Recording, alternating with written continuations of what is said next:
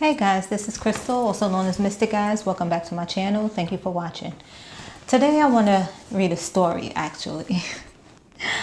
And I was in the chat one day and I said about the story of the two wolves. And everybody's like, huh, what? So I wanted to read the story. It's short and to the point. And you can Google this. There's actually no author. The author's unknown. But this was Googled and found by,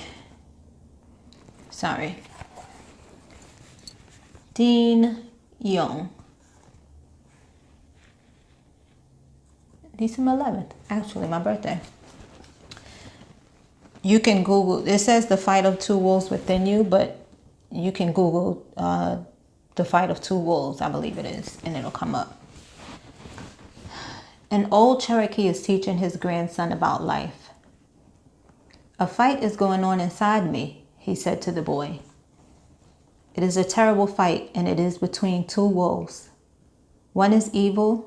He is angry, envy, sorry, regret, greed, arrogance, self-pity, guilt, resentment, inferiority, lies, false pride, superiority, and ego." He got a lot going on.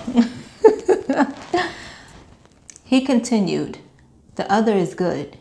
He is joy, peace, love, hope, serenity, humility, kindness, benevolence, empathy, generosity, truth, compassion, and faith.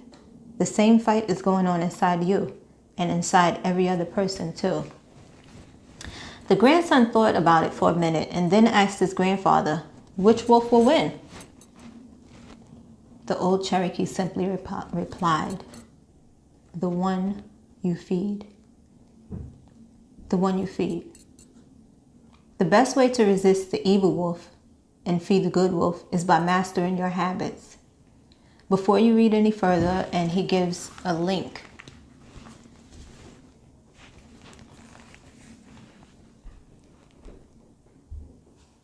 so that you can download a free book. Can't beat a free book, right? The first lesson is the fight is eternal. The first part of the story is telling us that we can never get rid of the first wolf. The first wolf will always be there. The fight between two wolves is eternal. Both wolves will always be there. This applies to our emotions, behaviors, habits, and every other aspect of our life. I used to fall into the trap of trying hard to banish the negative side of myself. I would force myself to eat 100% healthy all the time, beat myself up for relaxing even for just a minute, and I'm quite sure we could all relate, and tried to get rid of those negative thoughts in my head. The truth is that none of us is living in pure bliss. What we can do is to act in spite of those negative feelings or hard times. We can take those fears, those worries, those doubts, and move forward anyway. That's how you feed the second wolf. Feeling unmotivated to work out. Whoa. Let me see. Work out anyway. And let me turn this off. Work out anyway.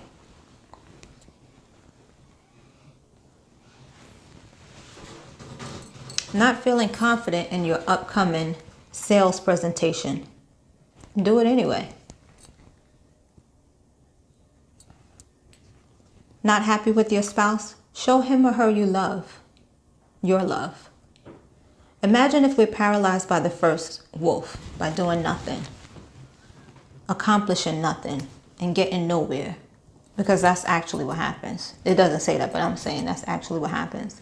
We'd lose the momentum to move forward, and indirectly we'd be feeding the evil wolf. Besides, what will you be doing by telling yourself you haven't accomplished anything? How will you feel when you get nothing done all the time?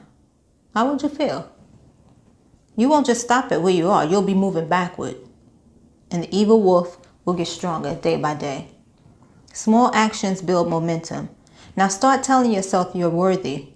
Begin to believe in your ability and act in spite of fears and doubts, in spite of constraints and challenges. One step forward will always be a step ahead, even if it's tiny. Instead of doubting yourself and doing nothing, you can try to learn new things and expand yourself at a slower pace. Kaizen. Instead of focusing on the fears within, start with one thing you should and could do that is right in front of you. You want to lose 100 pounds and achieve your fitness goals?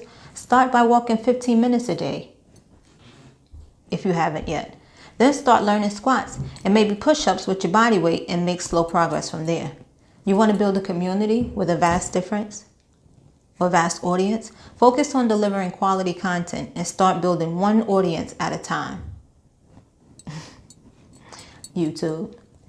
Provide value to one person at a time and grow your audience from there. You know, we was talking and saying, all you have to reach is just one. That's all it takes. Just one. You want to start a business? Start by validating your idea and find one customer. Then optimize your product and offering from there. Start feeding the right wolf. One truth to remember is that it's so much easier to feed the first wolf. The first wolf is there to encourage the easier options in life. It's easier to complain, procrastinate, dismiss, ignore, and give up. There's almost no effort required to do those things, and you're getting the reward with the sensation of relieving and instant gratification without much inaction. The second wolf is very different. It's picky, it's harder to feed, it's challenging, tiring, and time-consuming to do things like learning, teaching, inspiring, sharing, or simply sticking to a new behavior. These things take so much energy, effort, momentum, and guts, and you don't usually see immediate results from them. Which wolf will you choose to feed? Which wolf you choose to feed will define who you are, and we all know who we should feed, the second wolf, even if it's harder. Feeding the second wolf is how we end up feeling a sense of accomplishment and success at the end of the day. By conquering the temptation of the first wolf, we opt for a much more challenging but right option in life. Feeding both wolves. In the Cherokee world, however, there's another version of the story, and it ends this way. And I just want to show, it's like yin and yang. I don't know if you can see that, if it'll focus. I could get it to focus. See that? The old Cherokee is simply replied, if you feed them right, they both win. And the story goes on. You see, if I only choose to feed the white wolf, the black one will be hiding around every corner, waiting for me to become distracted or weak and jump to get to the attention he craves. He will always be angry and will always fight the white wolf. But if I acknowledge him, he is happy, and the white wolf is happy, and we all win. For the black wolf has many qualities: tenacity, courage, fearlessness, strong-willed, and great strategic thinking that I have need of at times. These are the very things the white wolf lacks. But the white wolf has compassion, caring, strength, and the ability to recognize what is in the best interest of all. You see, son, the white wolf needs the black wolf at his side. To feed only one would starve the other, and they will become uncontrollable. To feed and care for both means they will serve you well and do nothing that is not a part of something greater. Something good, something of life. Feed them both, and there will be no more internal struggle for your attention. And when there is no battle inside, you can listen to the voices of deeper knowing that will guide you in choosing what is right in every circumstance. Peace, my son, is the Cherokee mission in life. Peace. A man or a woman who has peace inside has everything. Everything. A man or a woman who is pulled apart by the war inside him or her has nothing. Nothing at all. How you choose to interact with the opposing forces within you will determine your life. Starve one or the other, or guide them both. And again, that's, if you Google the story of the two wolves, Dean Young is the first one that comes up. That's how you spell his name. He's the first one that comes up, but the story is the same and the author is unknown. But my question is, which one will you feed? Which one will you feed? It determines who you are in life or who you will be. Your ego or your subconscious.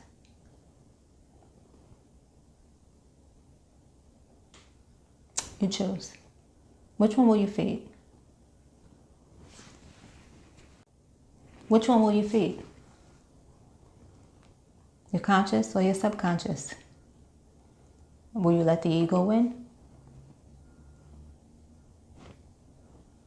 Choices, people. Choices. The choices you make in life.